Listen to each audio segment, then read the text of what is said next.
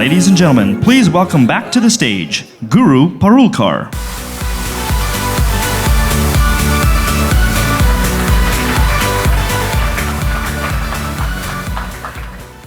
Good morning and welcome back. I hope you are having a good Open Networking Summit, and I promise you today will be even better. At least I can tell you the 2 keynote talks are going to blow you away. So good morning. So what I'm going to do is get started with a couple of takeaways that at least I have to share with you based on what I heard and talking to people. I think yesterday again re-emphasized that open source and open communities are quite important and critical for success of SDN and so on. The second takeaway is design and architect for change, and that is more important than performance and reliability. That is the point at least I took away from Vinod's keynote talk yesterday. He had a number of other nuggets, but this was the most important takeaway I had.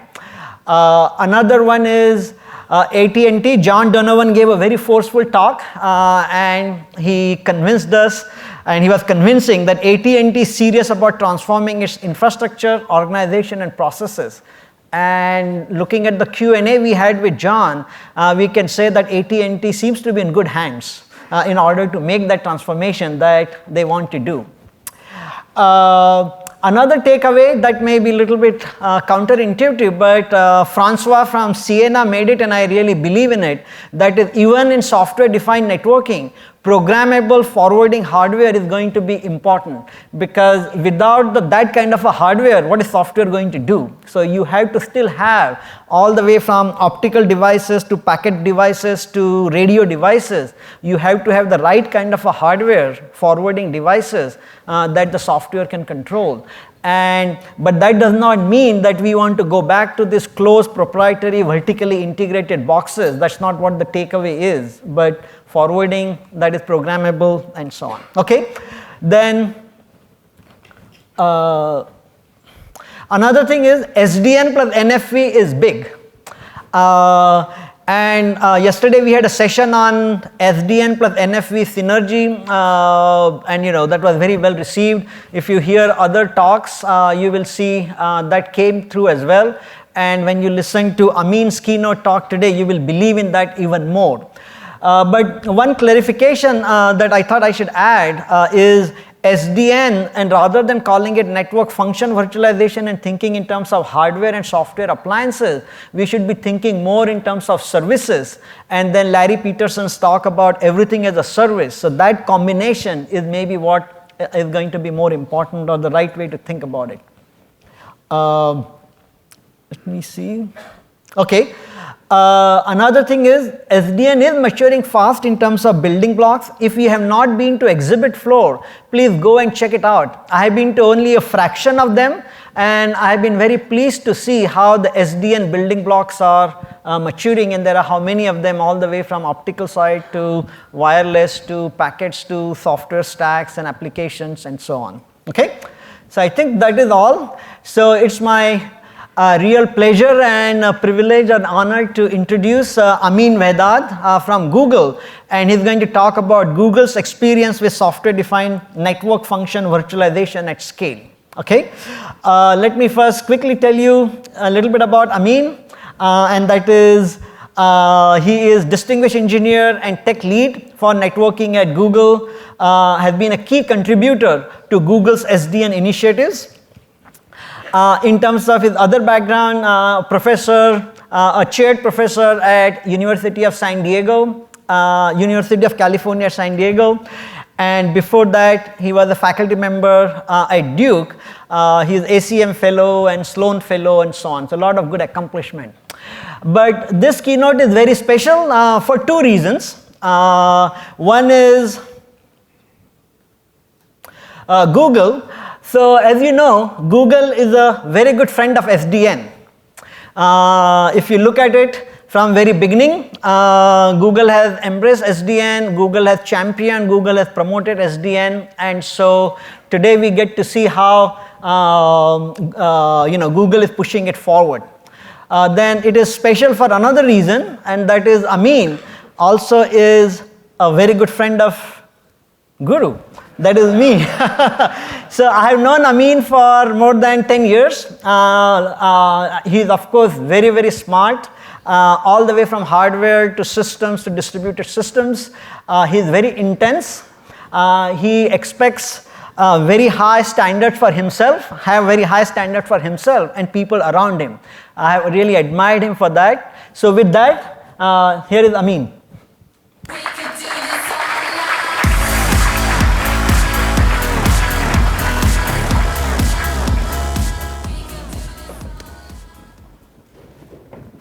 Thank you very much, Guru. It's a real pleasure to be speaking in front of you all today, and it's a huge opportunity for me to represent the work of a truly fantastic team at Google. I managed to work in a lot of different buzzwords into the title of the talk today. So we have, of course, software-defined, we have network function virtualization, and we have scale. These are all pretty well-established concepts by now internally at Google. So if I were giving this talk internally at the company, we would be referring to it much more simply. We would be talking about how we're doing networking at Google. So I'll be telling you about some of those details throughout this presentation. So this talk is really going to be about the cloud. And so I'm going to tell you about some of the less well-understood appeals of cloud computing.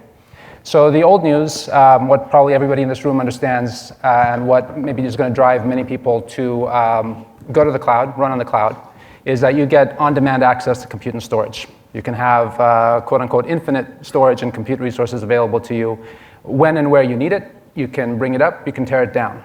I believe this is going to bring many people to the cloud. But I think actually that's one of the least interesting reasons to run in the cloud, and perhaps there'll be some other things that will make it even more appealing. I think number one is a fundamentally easier operational model. We're not there yet, but I believe that this actually is going to be the true promise of the cloud. If you look in the press, actually cloud computing hasn't made operations any easier yet. I believe that it must and that it will. Talking to a lot of different enterprises, I think the number one challenge that companies face, that businesses face in scaling their business is scaling the network, right? How do you have the network grow? Probably many of you know that the hardest position to hire for is the director of network operations, right? Rhetorical question, but how many of you have had trouble filling such a role? For those of you who found a great director of network operations, I hope that you're paying them well. At Google, we've taken this very seriously for many years, right? So how do you make sure that your network is up in the face of failures, in the face of constant change, and even in the face of completely new architectures that are introducing new models? I think that the software engineering expertise at Google is known, but our true, I would say, secret weapon to some of the innovation that we've been able to bring about in the network is our network operations team. The engineers, the site reliability engineers, the network engineers that drive the overall deployment and management of this infrastructure. I personally feel indebted to that team, and I think that's what sets us apart in the end. So that's related to the next point, much higher uptime. It is actually very, very challenging to get to even 3 nines of availability for a service, much less 4 nines, and perhaps 5 nines might be mythical for most services. At Google, we get there for a few services, and certainly not all. The expertise and the infrastructure and the redundancy and the sort of statistical multiplexing that you have to leverage to deliver the highest levels of uptime require great scale, they require great expertise, and that can come from the cloud.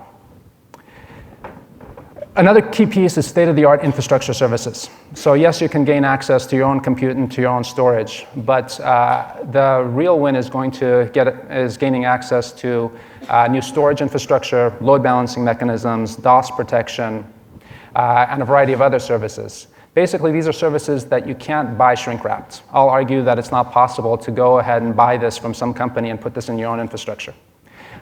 We've been developing such infrastructure for our own internal cloud for a long time, and I can assure you that the expertise and the lessons learned are substantial, but offering these things as a service is key to the success. And finally, we think we can deliver new programming models that are simply unavailable elsewhere in the cloud. Right? So just imagine being able to, at scale, run with low latency, predictable low latency, and massive IOPS. In the cloud, you can gain access to the sort of latest hardware infrastructure at scale and the expertise to make it work. So I think this is key. Anytime you go from 1 gigabit per second to 10 gigabits per second to 40 gigabits per second to 100 gigabits per second, from disk to flash to phase change memory or whatever your favorite next generation storage infrastructure is, things are going to break. Right? Basically, there are going to be assumptions built throughout your infrastructure that will make it impossible to leverage that new technology. Right? You put in your new 40 gigabit per second network, and nothing goes any faster. In fact, maybe it goes slower. You put in your flash infrastructure, nothing goes any faster. It takes a huge amount of work to be able to leverage this new technology. And once again, in the cloud, you have that opportunity to do it once and reap the benefits across many, many services and customers. So while I feel that people will come for on-demand access to compute, they'll stay for all these other reasons. And with a little bit of bias, I'll argue that a lot of these benefits to the cloud are enabled by network virtualization. It's a network that ties all this together. And you need to have a flexible, high-performance network virtualization infrastructure to deliver these benefits. So today I'm going to be telling you about network virtualization in the bigger context of Google's cloud platform. So what does it look like? Google's network virtualization consists of software-defined networking control of the entire hardware and software stack. I'll argue that this is actually really important to take a holistic view if you want to deliver quality of service for your applications, if you want to guarantee low latency, and if you want to deliver true fault tolerance. It really means you have to take a holistic approach. Next, I'll tell you about virtualizing software-defined networking. So essentially, how do we deliver network function virtualization as a service? We found many uses internally for having to perform non-standard functionality on packets on a per packet basis. We have a number of services that we already offer to customers, but we find that we can't predict them all. And so having an API for NFV, for network function virtualization, will present big opportunities.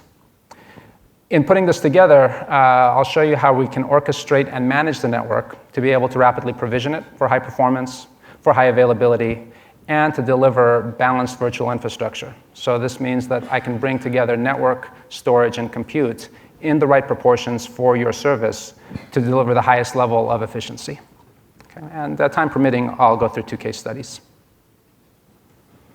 Okay, so Andromeda is our internal code word for network virtualization at Google, and I just want to give you a picture of how things look in our network hardware and software. So I'll start in the middle with our internal network. So like everybody else, we have rack after rack of compute with a TOR, a top-of-rack switch at the top. So this might represent our internal physical network.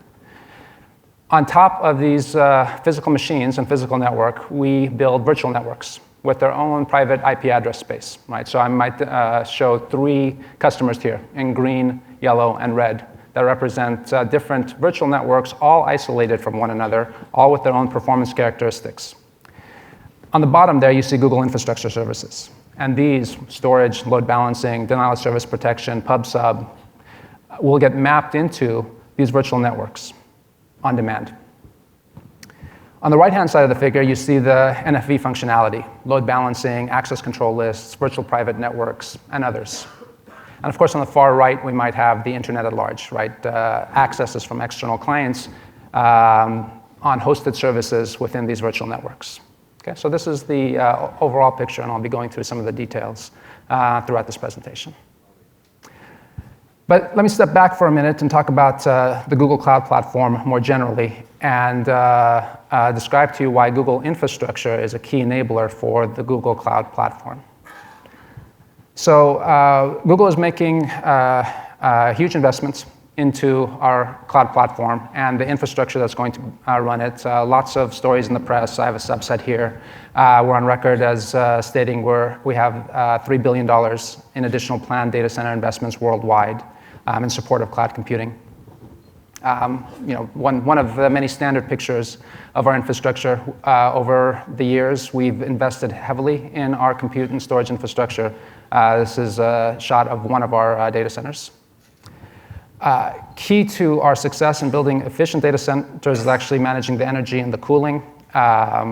we, along with a number of other folks, have really invested in making the energy efficiency of these data centers be 2 to 3x better than what you can do in any smaller infrastructure. It really takes huge investment to make these things efficient. And over the 2, 3, 4, 5-year lifetime of equipment, it's actually the energy costs that dominate rather than the hardware costs. So getting a 2 to 3x improvement relative to standard techniques is key. Google focuses heavily on eliminating milliseconds to end users.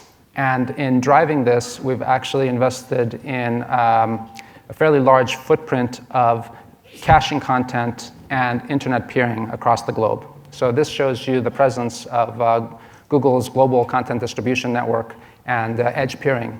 We're present across the planet, and we're really heavily focused on, again, driving down the milliseconds between Google services and end users. This will have direct benefits to cloud services running on Google. Right? By having this global presence, we can ensure that content can get delivered to end users from the closest, most efficient point on the planet. I won't spend any time, any substantial time on this, but we also have perhaps the world's first large-scale software-defined wide area network deployed. We've described it in fair detail here at ONS in the past. We really leverage this internally at Google. So we're happy to say that many programmers internally at Google can treat WAN bandwidth like many pieces of infrastructure treat LAN bandwidth. It's substantial and it's plentiful, and it allows us to run across the planet very efficiently. Cluster networking has been a big focus. Essentially, how do we remove bottlenecks between servers and the data center? No time to go into any of the details here, but we leverage technology similar to many others to build high-speed, efficient networks. The key targets here are to allow us to disaggregate storage. In other words, to be able to treat storage as a building-level resource rather than a server-level or rack-level resource. And it allows us to perform more efficient scheduling. We can run computation where and when it's needed, not where we have network locality necessarily. Okay, and I did mention the pieces of software, the infrastructure that powers the cloud. So we have been running shared infrastructure at Google essentially since the inception. Right? So we have hundreds or more of individual services running on our infrastructure. And I think one of the things that's made Google successful as a company has been our ability to run it all on shared infrastructure. In other words, there really isn't a set of machines for search and another set of machines for maps and another set of machines for ... We have been running on shared infrastructure, both physically and in terms of software. And this has led to some fairly substantial innovations on the software services side. So perhaps first on record was GFS more than a decade ago. This is the Google file system, shared infrastructure for storage across our data centers. This was the inspiration for HDFS and a number of other storage systems that have been deployed over the years. In 2004, we published information on MapReduce, and this has really inspired the big data revolution that's still with us a decade later. Bigtable, a few years after that, the world's largest NoSQL implementation, again, and the reverberations are still being felt in terms of organizing how data should be accessed. The list goes on. Most recent example is perhaps Spanner, which is a wide area consistent storage infrastructure that allows us to run transactions across the planet. So the point here is that we've been developing this infrastructure for, again, over 10 years. We have experience in what it takes to use this infrastructure as shared resources for a variety of services. And we're now working on opening those up as the basis for our cloud computing platform. What I'll say is that we've learned a lot from this, and we've seen some new conventional wisdom emerge from engineering these systems at scale. So we've seen again and again that a logically centralized and hierarchical control plane with a peer-to-peer data plane beats full decentralization. Right? So you can see this in many of our pieces of infrastructure, whether it's GFS or MapReduce, Bigtable, Spanner, B4 SDN. All of these flew in the face of conventional wisdom, and at the time perhaps did something pretty controversial. I remember when GFS first came out, long before I was at Google, the whole community was in shock that we would try to build a large-scale distributed storage infrastructure with a central controller. Right? Many people thought it was a terrible idea. Similar things for MapReduce, Bigtable, even with before SDN, really flew in the face of conventional wisdom. But we're actually pretty confident in the design pattern at this point. Right? And it's shown its benefits along a number of different fronts, management and even efficiency. Right? We can build a fundamentally more efficient system by prudently leveraging centralization relative to trying to manage things in a peer-to-peer decentralized manner. So we're applying these lessons once again to our network virtualization stack, Andromeda. Lots of new challenges are going to come up in network virtualization. So we have to take on things that perhaps we didn't in the past, and we've been busily working on for a while now. These virtual networks have to be isolated from one another, right? The behavior and activity of one should have essentially no influence on the behavior and activity of another. Massive denial of service attacks come and go, and we have to be able to protect against them. Private address spaces, network function virtualization, I already mentioned. This is going to be key to the operation of these networks, both for things like load balancing and just for internal correctness, right? Access control lists, partitioning the work of an enterprise within their virtual network is going to be important. We have to be able to take our external services and be able to map them into these namespaces transparently, right? So if we have some NoSQL implementation, we want to be able to transparently map that into your address space. Right? So all of these are going to be challenging. They're going to be more challenging to do them efficiently, right? So how do we export the real performance and efficiency available from our infrastructure while maintaining these pieces of functionality? Okay, so let me talk a bit about efficiency. So let's look forward a few years to the types of computation that you might want to be running in the cloud. So I have a simple depiction here. We have a virtual network that might be layered on top of a physical network. I'm showing you 32 core VMs that might not exist today, but certainly you can imagine them existing in the not too distant future. Each of these cores might be running at 2.5 gigahertz. Disaggregated across this virtual network might be flash devices. Each of these flash devices might have terabytes of storage. More importantly, it supports hundreds of thousands of I/O operations per second. Now, contrast that with a disk device that might support order of 50 I/O operations per second. So this is a game changer in terms of how you might leverage your applications. As interesting, on the read side, 100 microsecond access times can be expected, and perhaps new devices with similar characteristics in terms of persistence to flash might drive that even lower. So the future cloud will require high bandwidth, low latency pipes to take advantage of this. And to drive this example home, consider Amdahl's lesser known law. Like many laws, it's actually an engineering rule of thumb. And in the late 60s, he came up with this rule of thumb for parallel computation. What he said is that you should provision 1 megabit per second of I/O for every 1 megahertz of computation that you have in your parallel system. Now, obviously, this is a rule of thumb, and it's going to change depending on the actual computation that you're running. But it's held up remarkably well across a number of systems as the basis for figuring out how you should provision your system.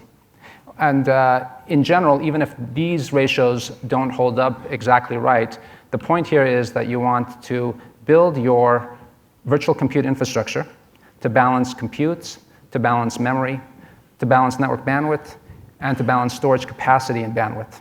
Right? You don't want to have 80% of your resources sitting idle, bottlenecked on one. The problem with building physical infrastructure is, well, you build physical infrastructure as general purpose compute for a range of different applications. The balance point for one application is different than the balance point for another application. And so that means that you basically don't get the right setup for any one application. In a virtual infrastructure, you can actually provision what you need where you need it. you can set up the balance between compute, network, and storage. Okay, so let's see how this might play out. If I do very simple math, and it's not that simple, and I multiply 32 times 2.5 gigahertz, what this says is that I actually need to provision about 100 gigabits per second of bandwidth if I follow Amdahl's law. Right? So that might work out to be 80 gigabits per second. But to build my balanced parallel computation, I'll need 100 gigabits per second. And if I have 1,000 VM computation, not unheard of, certainly, I'd need 100 terabits per second of bisection across my network. And if I'm going to make this flash access be efficient, right, I've got these 100 microsecond devices, I better not have a 1 millisecond latency network. So I might target 10 microseconds of latency, such that I can truly gain remote access to the storage infrastructure.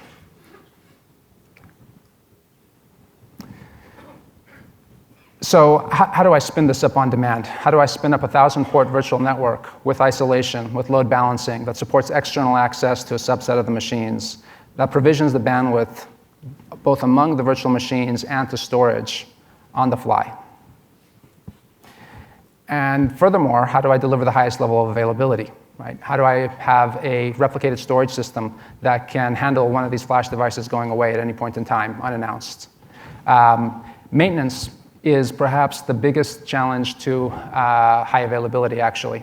So if I know that I need to upgrade a server, or if I need to upgrade the network infrastructure, virtual machine migration turns out to be a key piece of technology for me to plan for that, move things around, and be able to deliver high availability transparently to end customers. So this can happen all under the hood. And again, with ideally no blips and no noticeable impact, as we work underneath the hoods to maintain the illusion, or the reality, I guess, of high availability for the virtual infrastructure while the underlying physical infrastructure is undergoing change. So this means that we're going to need fundamental transformation in virtual networking to get there. We're going to need 10x more bandwidth, 10x lower latency, 10x faster provisioning, and 10x the flexibility in being able to program the infrastructure to support such a programming model moving forward. Okay, so what role does software-defined networking play? And I'll argue, of course, that it is fundamental. I'll give you my simple definition for software-defined networking, one that seems to have held up well. It is to split the control plane from the data plane and to allow independent evolution of the data path from the control path. We can leverage commodity servers to run the control protocols and allow them to also evolve at their own rate. Again, typically with much more performance than what you might get in an embedded processor running either in a storage appliance or a network appliance. So to provision an isolated high-performance network across a network interface, a soft switch, storage infrastructure, perhaps packet processors, fabric switches, top-of-rack switches, you're going to need software-defined networking to manage all that and manage all the dependencies across them. You're going to need software-defined networking to audit correctness. Right? This is going to be a fairly complex, transactional, distributed operation. And the weakest link is going to be whatever part you get wrong. Right? And whatever part you get wrong is going to change from time to time. So you have to be able to make sure that what you thought you did is what actually happened. And finally, you need this software-defined networking infrastructure to provision resources end-to-end. Because if you want availability and you want quality of service, you're only going to be as strong as, again, your weakest link. So if you only have control over the software or over the NIC or over the hardware switch, you're not going to be able to get the end-to-end QoS or the end-to-end availability that you need. Okay, so this leads to a number of both opportunities and challenges. So how do you get this logically centralized network management infrastructure so that you can have high-level directives that get translated into low-level per-device operations? How do you ensure that the transactions actually succeed in the face of inevitable failure at scale? Right? You try to provision across thousands of servers, hundreds of switches, a number of appliances. It's not going to all go well. How do you detect that rapidly? How do you react rapidly? We need to be able to eliminate one-off protocols and sort of independent provisioning of siloed middle boxes. So what I want to move away from is the need to say this is a special piece of hardware that is only good for this functionality, and I have to monitor its performance and its capacity and upgrade it at particular points in the network topology to keep up with what I need, whatever that might be: encryption, load balancing, routing, DOS, deep packet inspection. And so we're looking at programmable packet processors that will allow us to do this, and to then also allow us to have an API for network function virtualization, so that we can deliver a subset of functionality for most of the customers, but allow others to develop their own. Okay, and so network function virtualization, to me, is really about virtualizing software-defined networking. Right, so we have the ability to put these middle box-like functionality, hopefully not always in the middle, into the network. But how do we, through the appropriate set of SDN APIs, allow customers to build their own NFV functionality on the fly, customized to their particular requirements? And the point that I hinted at is that specialized hardware complicates your topology, it complicates your provisioning, and it increases costs. Furthermore, it typically introduces sort of one-off management models that are hard to integrate with the larger system.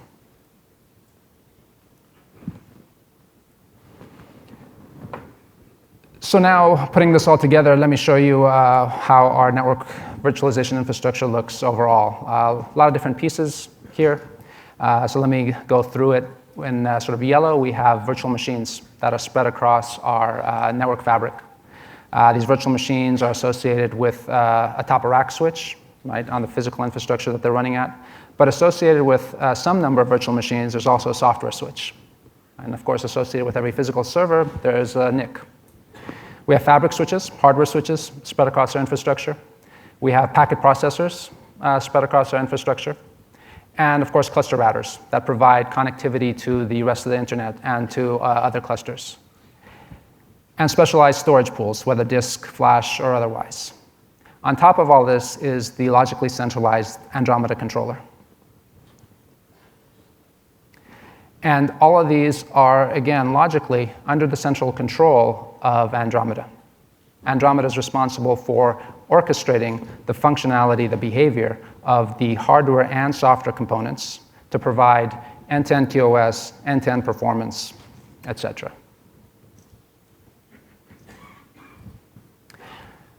And so then the real interesting part will be, can we develop an API for network function virtualization? Right? So that whatever we provide for load balancing perhaps is going to suit the needs of 90–95% of customers. But perhaps someone will need something different, something specialized. Can we do most of the heavy lifting in terms of performance and programmability for our customers, allowing them to specialize the bits that they need? So putting this together, we can have Andromeda orchestrate a lot of different behavior. We can do cloud load balancing. So now imagine that you have many virtual machines, all fronted by a small number or even a single IP address. So your end customers across the internet can access one of n virtual machines in a load balanced manner, leveraging the expertise that Google internally has been applying to our own services for many years. You might be able to then also, behind this single IP address, spin up and spin down additional virtual machines on demand based on current levels of load. Virtual machine migration is something that Andromeda can manage as well. Recall that this is a key enabler for availability. So as we might have failures, as we might have upgrades of the infrastructure, we can move things around, backed by a high-speed physical network fabric, to still maintain our performance guarantees, provision and reprovision bandwidth, maintaining latency, while moving around in the face of upgrades. Storage services can now be virtualized because we can have this underlying physical network that can make everything seem more or less uniformly close. Andromeda can deliver provisioned bandwidth from your virtual machines to the various storage infrastructure. And substantial bandwidth can, of course, be available both within the LAN and across the WAN, leveraging our B4 infrastructure to give you connectivity perhaps to other virtual machines that you're running in other locales across the planet. And finally, you can now flexibly configure your own network for access control lists, for firewall rules, for isolation within your virtual network, certainly between virtual networks. Okay, so with that high-level view of the Andromeda infrastructure, let me dive into a couple of case studies that show what we've been able to achieve thus far with Andromeda. So one of the keys to delivering this very high performance in the end, perhaps going to 100 gigabits per second in the future, low latency, perhaps targeting 10 microseconds from one virtual machine to another, is to ensure that we have a high-quality data path. So this depicts a simplified view of what might happen when when a virtual machine decides to transmit a packet and when the packet gets placed onto the physical machine. You might have multiple different pieces of functionality that's required logically. And the key thing I want to emphasize here is that this is a logical view of the functionality, not necessarily the physical view of where the functionality might be implemented. In fact, it might turn out to be more efficient to not put some of this functionality onto the path between VM transmit of a packet and placing that packet directly onto the wire. But logically, when you want to send a packet, you'd like to apply firewall and security rules. You'd like to do rate limiting to make sure that you're getting the bandwidth that you need and perhaps not sending at a higher rate than what you've been provisioned for. We need to account for billing. We, of course, have to do routing. So one thing that all of these network virtualization pieces of infrastructure have in common is that they have some form of encapsulation technology to get packets from one virtual machine to another. In other words, the IP address space for your virtual machines is going to be different than the IP address space seen by the physical fabric underneath you. So the routing infrastructure essentially says, if I want to get a packet to a destination virtual machine, how do I encap it? And a number of different standards have been proposed to support that. The simplest way to deliver this functionality is to have a number of different processes, all of which are copying the packet multiple times, either doing thread handoffs or perhaps even process handoffs of the packet from one point to another. And if you're trying to go at a few hundred megabits per second and you're willing to burn the right CPU, that's probably okay. But if you're aiming for near bare metal performance or bare metal performance, and if you're aiming for the lowest level of latency, no hope of getting there with standard techniques. So what we've done is pipeline the data path and replicate it multiple times as the VM resources scale out. And this is important, so that as you need more resources, we can provision them.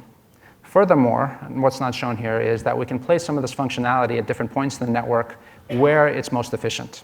So we can take advantage of locality and communication patterns to leverage things like hardware being provisioned for fast forwarding, but maybe with a small number of rules. Software having essentially infinite numbers of rules, but perhaps being a little bit less efficient. We can pick and choose where we put our functionality, leveraging locality and communication patterns. So some initial results focusing on network performance. This graph here shows data path throughput. So this is showing a blue bar that is our own baseline. So we started with pre-Andromeda implementation of network virtualization, and we think that it reflects the state of the art of network virtualization performance across the industry. To be clear, this is our own implementation, so not making any claims about anybody else's implementation. We look at normalized bytes per second to where 1.0 is one TCP stream in our own initial implementation. What you can see is that Andromeda is able to go about 4 times faster for one stream relative to our baseline. For 200 streams, which becomes a little bit more challenging when you have 200 TCP streams competing with one another, baseline performance dropped a bit in our baseline, but actually we were able to deliver even higher performance with Andromeda. So somewhere around a factor of 4 to 6 improvement in baseline performance. Perhaps more interesting is this additional piece of information where we run Andromeda on the same machine. And the takeaway here is that we have even more exciting work to do from our perspective. So we can get somewhere between a factor of 2 and 3.5 additional performance that we're still leaving on the table by making sure that we get the bottom of the data path optimized. So relative to our baseline, and the thing that's not shown here is that our baseline didn't improve essentially at all in running on the same machine. So we have the potential for getting to a factor of 8 to 16 faster. Raw speed is interesting, but CPU efficiency is perhaps more interesting. In other words, if we can go at tens of gigabits per second, let's say sometime in the future, that's not very useful if you have no CPU left over to do any work. So this here shows what we are able to achieve in terms of CPU efficiency. Y-axis here is normalized bytes per cycle. Right? So how many bytes can we send in a cycle of computes? So again, we're going to normalize to blue, our own initial implementation being 1.0. What you can see here is that we're again about 4.5 times more efficient for a single stream, also about 5 times more efficient for 200 streams. Same takeaway in terms of additional room on the table to go 10x plus faster based on our same machine performance numbers. So that's case study number 1 that shows substantial opportunity in terms of performance and efficiency. Case study number 2 is how we can provision our infrastructure and how we can deliver load balancing. So this is a benchmark that shows how we can rapidly provision virtual networks, how we can very quickly ramp to peak load at pretty substantial scale with fairly low cost. So the setup for this experiment is we have a number of load generators that are all talking to a single IP address fronted by our compute engine load balancing infrastructure on the Google Compute platform. This is on the back end. It has 200 virtual machines. These are micro VMs, each with a single core. This graph here shows basically the QPS of the load generators, ramping up to 1 million QPS to these 200 single core VMs. The ramp-up time is about 4 seconds. The entire experiment to get to 1 million queries per second was provisioned in 5 minutes, and full sort of stable performance was achieved in 2 minutes. This is, to be clear, going from 0 to 1 million in 2 minutes. And the total cost to run this experiment on Google Compute platform at the time that it was run was $10 US. Okay, so to wrap up, what I told you about was network virtualization at Google. We're excited to be able to leverage more than a decade of experience in delivering high-performance shared computing infrastructure. We've been doing it for our own internal services. And here we've been focused on efficiency of the underlying infrastructure, really building compute, storage, and networking that enables new programming models. And I think actually that is perhaps the most exciting thing that we can get at. We've been doing it internally, and we're now opening it up to external customers with the same underlying software and hardware infrastructure. So there is no differentiation. In other words, the same hardware that we're using is the basis for cloud computing. The same software infrastructure that we're using is the basis for cloud computing. I've shown that logically centralized software-defined networking control is essentially a requirement to orchestrate the behavior of virtual machines, soft switches, NICs, fabric switches, packet processors, routers. Basically, disparate hardware and software that spread across your network have to be orchestrated to deliver the kinds of scenarios that we really require now and certainly will require much more of in large-scale cloud computing. Right? If you need fault tolerance, if you need quality of service, if you need to be able to spin up and spin down large infrastructure, you have to be able to orchestrate across many, many different components. We have baseline network function virtualization for things like DOS protection, access control lists, load balancing already present in our fabric. And we're working on APIs to make this extensible. And really, the prize here is virtualizing SDN itself. Our overall goals are to deliver native performance of the hardware, full isolation among different virtual machines and virtual networks running on this hardware, the extensible NFV I alluded to, the highest level of availability, and scale out to many VMs in this infrastructure. Thank you.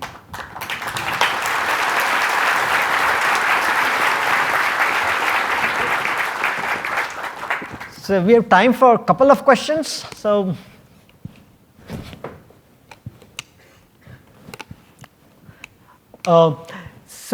Amin, maybe I can ask you a question about, so you said This is being already deployed or on your own infrastructure, that whole logically centralized control plane and NFV virtualization and all of that? Yes. And so you're saying it very lightly. So I guess to me it's a big deal. So you're saying it is already being deployed, being used, and you kind of presented 2 performance numbers. They were very interesting. But I suppose you have many more and you chose not to share with them. I mean, share those with us.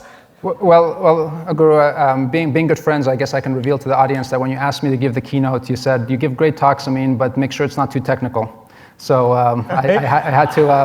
I had to leave out a number of details to satisfy you. Okay. Yeah. Okay, Yeah, fair enough. so this is running across our infrastructure right now. So actually, sort of zone by zone is seeing the Andromeda upgrade. We have a number of zones across the planet. So I think we have a number of the blog posts, et cetera, that are showing the performance of our infrastructure running live. So yes, this is in place now, and we're continuing to add to the functionality. So some of this is, of course, pipelined in that we're continuing to do development and rolling it out to production sort of as we speak. But the infrastructure and the architecture that I described is running across our platform now. Okay, great. Rob? Great talk. You can chalk it up to 880 and not lack of interest. I was a little bit late and I missed the beginning, and apologies if you already mentioned this, but there's a lot of open source in this space, both on the controller side and also on the vSwitch side. A, can you comment on, is this a complete ground up re-implementation, or did you use any open source? And B, do you have any interest in potentially giving back to that community? There's open source for sure involved here. So for example, much of our infrastructure runs on Linux. Actually, I think Google is one of the top contributors back to the open source community, the top 10 or so at least, for Linux. And so we are in the process of giving back there. In other places, it's more challenging just because things are so tightly intertwined with our infrastructure. But certainly, we're big fans of open source, and wherever it makes sense and where we can, we do want to actually push it out to the community. If I'm the only one up here, I have a quick follow-up question. So sure. The bits that are open source in Linux, would that include potentially a kernel data path driver? A kernel what, I'm sorry? Data path driver. A kernel data path driver. So we have, I believe, pushed back to Linux a number of our extensions to the data path driver. Excellent. Thank you very much. Mm-hmm. Hey, go ahead. A great talk. My question is, so you talk about a lot of the high-level stuff, like, but more interested in the technical details, because SDN right now only has an interface to switches, right? So how are you gonna? So what is the southbound API for controlling these network function virtualization entities, specialized hardwares, right? And then also the northbound API. How do you expose? How do you hide a lot of these heterogeneous components and expose it to the orchestration layer? Can you comment on that? Yeah. Yeah. Great question. I want to clarify my definition for software-defined networking, and I want to make sure that it's sort of synchronized with you and the audience. I define software-defined networking as being a separation of the control plane from the data plane, not as the basis for only programming hardware switches. Right? So where convenient, open standards are available for controlling things, we'll leverage them. But certainly we're not going to wait for them to become available to be able to do our work. Right? So in places where there isn't a standard defined, we'll write our own. We'd love to be able to run on a standard, but where it's not available, we'll have our own internal standard. We do have many applications running on this infrastructure, so we certainly do spend the time to define our own standard, but then it might be specific to our infrastructure. Are you going to publish those APIs? Again, from our perspective, it doesn't make sense to publish the APIs because they're heavily intertwined with our own infrastructure. So they're meaningless in isolation. It would be a lot more work to try to define standalone APIs that would be meaningful to the whole community. Okay. Could we stop at this because we have a second keynote? So Amin is going to be around in the breaks. Feel free to catch him then and ask more questions. So Amin, thanks again for a great talk. Really appreciate it. And Amin, you want to take your laptop? Amin?